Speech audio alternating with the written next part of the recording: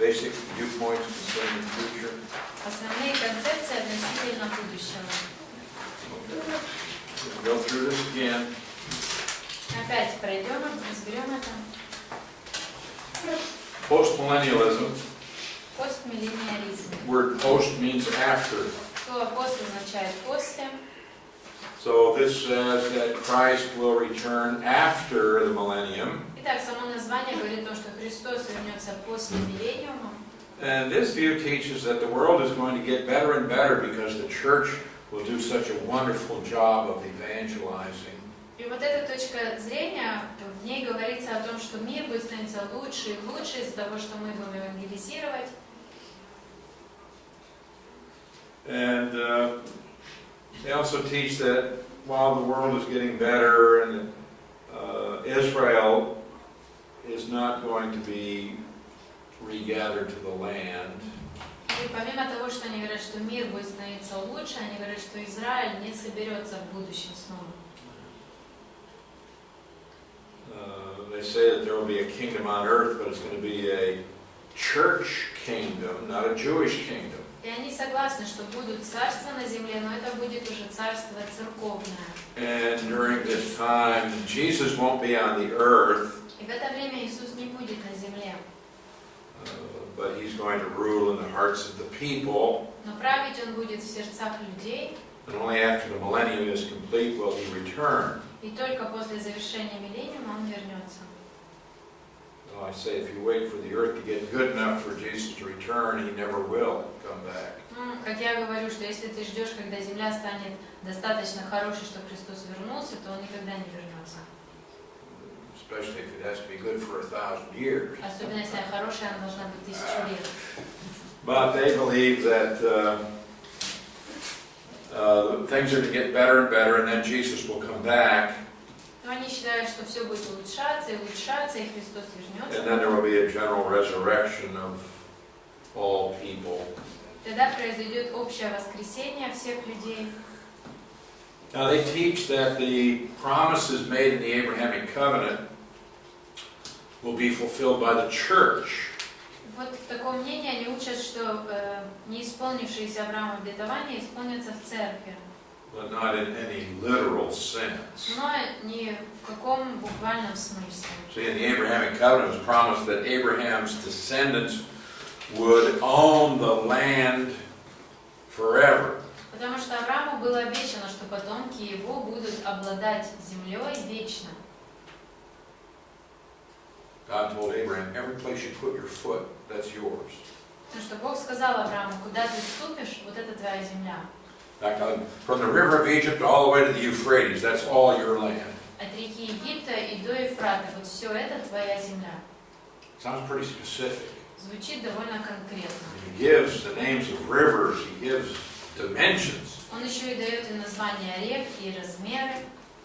Well, allegorical interpretation said, well, it doesn't really mean the river of Egypt. Но используя аллегорическое толкование, люди говорят, на самом деле это не река Египет. It doesn't mean this land is going to belong to your literal descendants. Это не значит, что земля будет принадлежать буквальным потомкам. It's all spiritual. Все это в духовном смысле.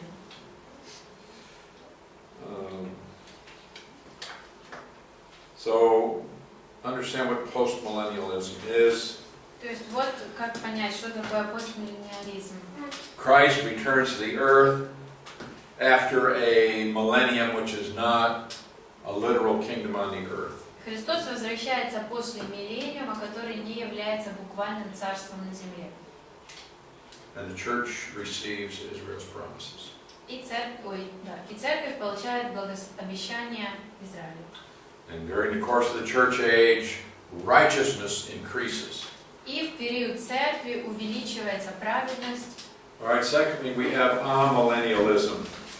Затем второй вид у вас амиллениализм. The word a, Это приставка «а», it's called an alpha privative in the Greek.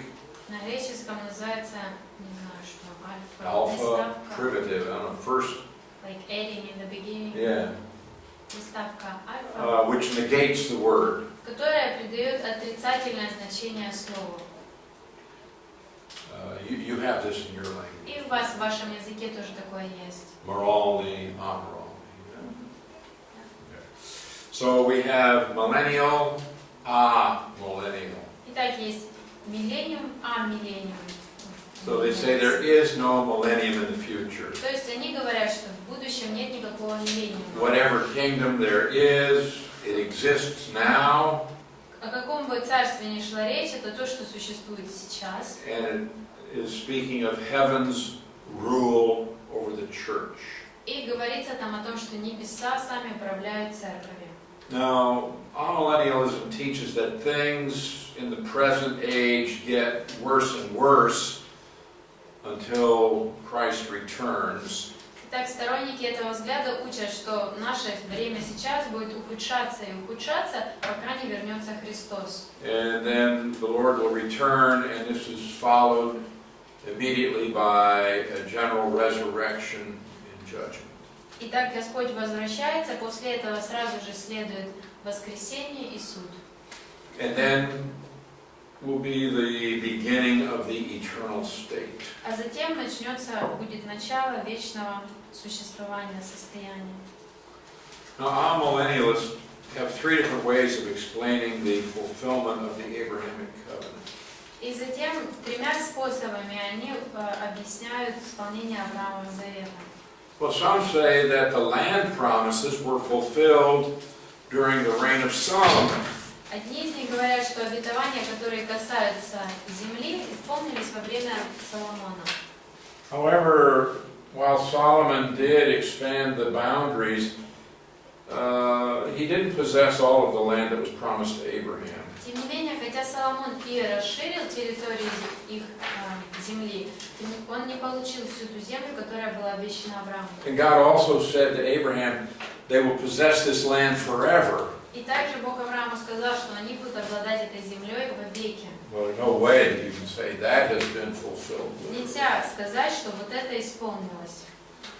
There are others who teach that the Abrahamic covenant was conditional.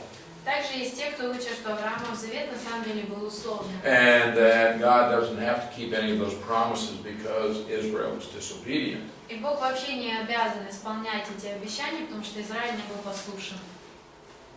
Then thirdly, we have others who think that the promises have been given to the church. И затем есть третья группа, которая считает, что обещание это было дано церкви. But not in a literal sense. Но опять-таки не в буквальном смысле. So they say Christ is now seated on David's throne in heaven. Итак, они говорят, что Христос сейчас восседает на престоле Давида. And in essence, he is fulfilling the promises to Abraham through the church. И по сути он исполняет данные Аврааму обещания, но через церковь. Well, amillennialists recognize that they have to say something about the covenant promises. И они понимают, амиллениаристы, что что-то им нужно сказать по поводу этих обещаний. But they don't believe that the promises are literal. Но они не верят в то, что эти обещания были буквальный смысл имели какой-то. So they spiritualize the promises made to Israel. Итак, они придают духовный смысл этим обещаниям, которые были даны Израилю.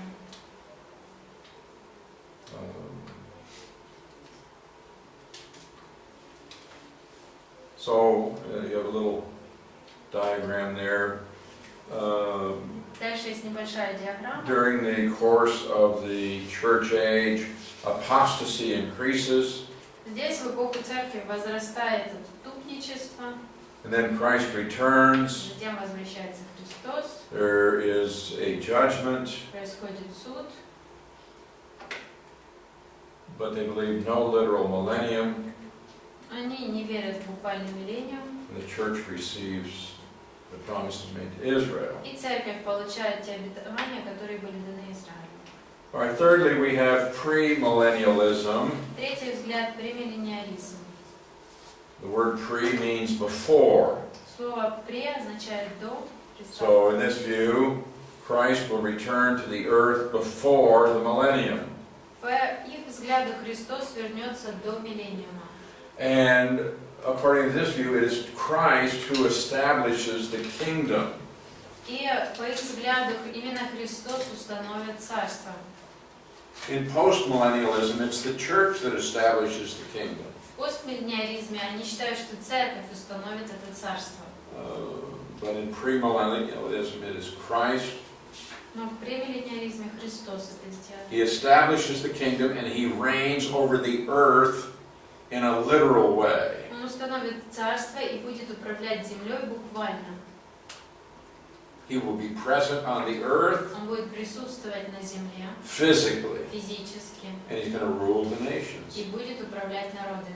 And during the millennium, which is literal, Israel will receive all of the promises made in the covenants to Israel. И на протяжении этого миллениума буквального Израиль получит все эти обещания, заветы, которые были заключены. This kingdom is the subject of extensive prophecy in the Old Testament. Но вот это царство и является тем, о чем было дано много пророчеств в Ветхом Завете. What is established in the New Testament is the length of that kingdom. Что в Новом Завете нам дается, это срок, длина, продолжительность этого царства. So in Revelation 20, we're told that this kingdom is going to last for 1,000 years. В Откровении 20 главе сказано, что время это будет длиться 1000 лет. So the fact of the kingdom is not new, but the length of that kingdom was new in Revelation 20. Итак, сам факт об этом царстве не был чем-то новым, а вот его продолжительность, вот это было новым. Now, according to the premillennial view, during the course of the church age, things will get worse and worse. В соответствии с этим взглядом, в период церкви все будет только усугубляться, Not get better and better. не улучшаться. But apostasy will grow. Отступничество будет возрастать. And then the church will be removed from the earth by the rapture. Затем в процессе восхищения церковь будет забрана с земли. 7 years of tribulation. 7 лет скорби. And then Christ returns to set up the millennium. Затем возвращается Христос, чтобы установить миллениум. So at the end of the 1,000 years, there will be resurrection and judgment. Итак, в конце, at the end of millennium, в конце миллениума будет воскресение и суд. And then we'll start eternity. И затем начнется вечность. Now, the premillennial view grows out of a literal interpretation of Scripture. Миллениализм основывается на буквальном толковании Писания. Here's the strength of premillennialism. И вот сильные стороны премиллениализма.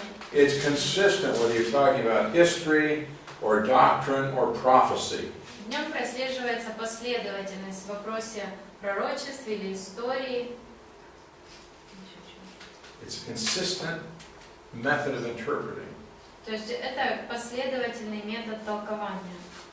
It doesn't take some parts figuratively and some parts literally and some parts symbolically.